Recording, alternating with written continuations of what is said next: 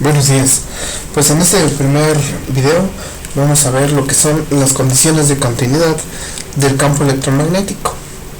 Es decir, qué condiciones debe de cumplir el campo cuando tenemos una frontera o una superficie que me separa dos medios, el medio 1 y el medio 2.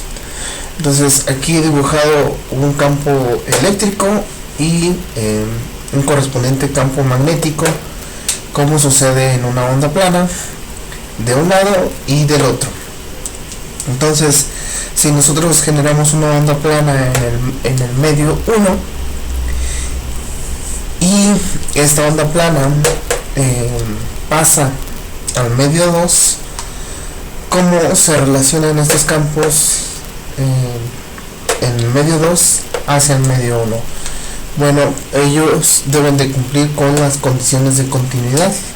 ¿Cuáles son esas condiciones de continuidad? Pues son las que nos van a dictar las ecuaciones de Maxwell una vez más.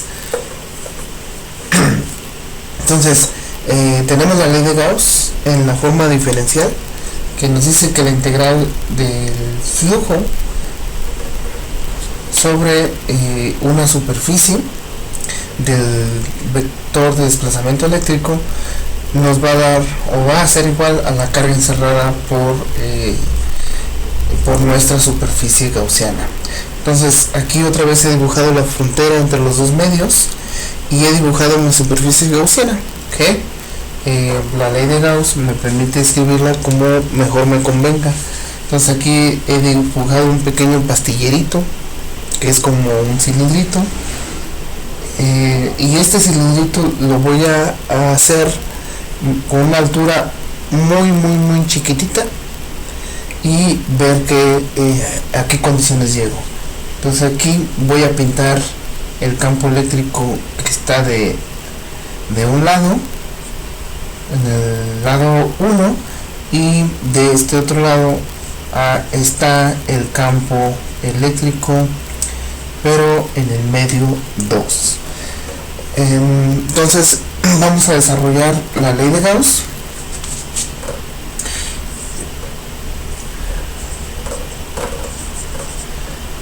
Y el flujo sobre la superficie esencialmente va a ser tres contribuciones: el flujo sobre la tapa superior,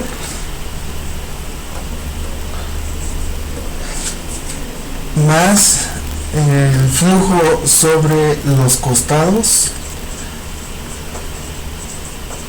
¿Qué son los costados? Pues el costado del cilindro, y más el flujo sobre la tapa inferior.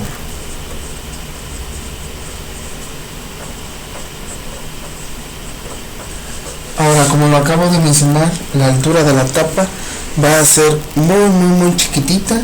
Entonces el área de esa superficie esencialmente se va a convertir en cero, por lo que si nosotros aquí el integrando permanece finito, entonces dado que el área es muy chiquitita, el costado o la contribución que venga de los costados va a ser igual a C.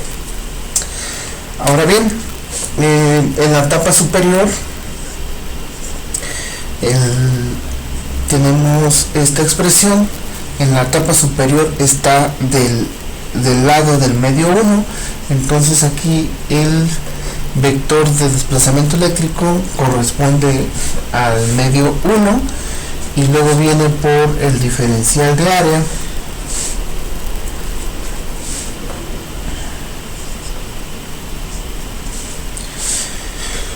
y luego viene la contribución de la tapa inferior. Pero notemos que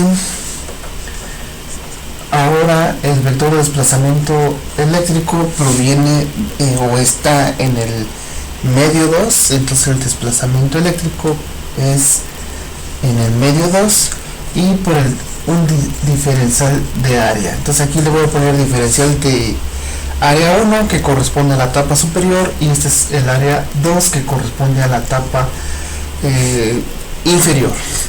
Ahora notemos que el vector diferencial de área 2 apunta en el sentido, debe de apuntar hacia afuera de la superficie. Y acá tenemos el vector diferencial de área en el medio 1 y notamos que este vector apunta en la dirección opuesta al vector diferencial de área en el medio 1, o sea, tenemos esta condición.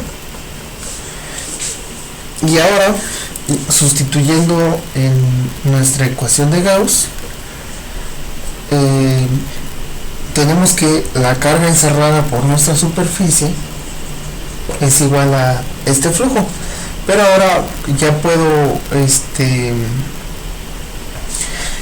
reemplazar el diferencial de área en el medio 2 por el vector de área del medio 1, y además como las áreas son iguales, entonces puedo hacer lo siguiente. Voy a factorizar en las integrales. Aquí me va a quedar primero luego le voy a restar este otro término, y eso por el hecho de este signo menos proviene de este signo menos de aquí. Entonces esto es me va a quedar en términos del vector diferencial de área en el medio 1 y evaluado sobre el área de la tapa. Muy bien, entonces ahora vamos a hacer la suposición de que en la superficie no hay cargas acumuladas, y eso va a ser un dato que debemos de supervisar antes de aplicar esta condición. Entonces, en la mayoría de los casos, en la superficie entre dos o en la interfaz entre dos medios, usualmente no va a haber carga en la superficie que esté acumulada, por lo tanto ese término va a ser igual a 0, y eso nos lleva a que el lado izquierdo sea igual a 0 y a que el lado derecho también debe de ser igual a 0. Ahora bien, esto lo podemos escribir de la siguiente manera: de vector desplazamiento eléctrico en el medio 1, punto diferencial de área del medio 1 menos el correspondiente valor para el vector desplazamiento eléctrico del medio 2. Y esto, si se fijan, el producto punto entre estos dos vectores es la componente normal. Bueno, lo voy a escribir de esta manera: es la magnitud en el medio 1 del desplazamiento eléctrico por la magnitud de este vector por el coseno del ángulo que haya entre estos dos vectores, y lo mismo para el siguiente término.